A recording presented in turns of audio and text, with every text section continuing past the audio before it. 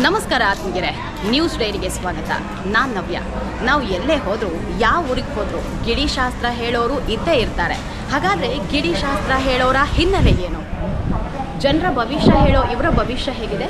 ಇವರನ್ನೇ ಮಾತನಾಡಿಸ್ತೀನಿ ಬನ್ನಿ.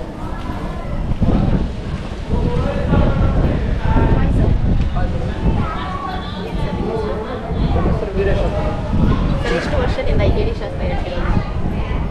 ನಾನು ಇದರ ಫೀಲ್ಡಲ್ಲಿ ಬಂದು ಒಂದು 5 years ಆಯಿತು.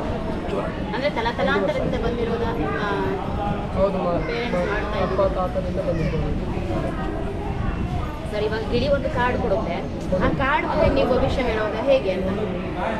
ಗಿಳಿರಾಮ ನಿಮ್ಮ ಹೆಸರು ಹೇಳಿದ್ರೆ ಒಂದು ಕಾರ್ಡ್ ಇರ್ತದ, ಅದರಲ್ಲಿ ಯಾವ ದೇವರು ಬರ್ತಾರೆ ನೋಡಿ ನಾವು ಎರಡು ವಿಷಯ ಹೇಳ್ತೀವಿ, ಕೇಳ್ಕೊಂಡು ಹೋಗ್ಬೋದು ಅಷ್ಟೇ. ಎಷ್ಟು ವರ್ಷದಿಂದ ಸರ್ ಈಗ ಕೆಲಸ ಮಾಡ್ತಿರೋದು ನೀವು? ನಾವು ಈ ಕಡೆ ಈ ಫೀಲ್ಡಲ್ಲಿ ಬಂದು ನಾನು ಹೇಳೋದು ಬಂದು 5 years ಆಯಿತು.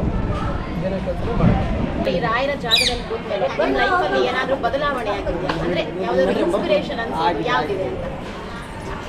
ಇನ್ಸ್ಪಿರೇಷನ್ ಅಂದರೆ ಮೇಡಮ್, ಆ ರಾಯರು ಕೊಟ್ಟಿದ್ದಾರೆ ನಮಗೆ.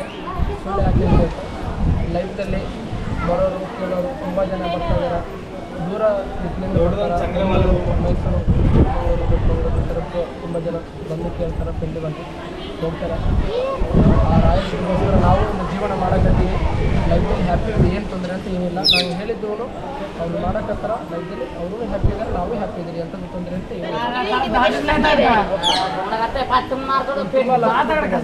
ಎಷ್ಟು ತುಂಬ ಅಂದರೆ ಎಷ್ಟು ಅಮೌಂಟ್ ಆಗಿರ್ಬೋದು? ಈ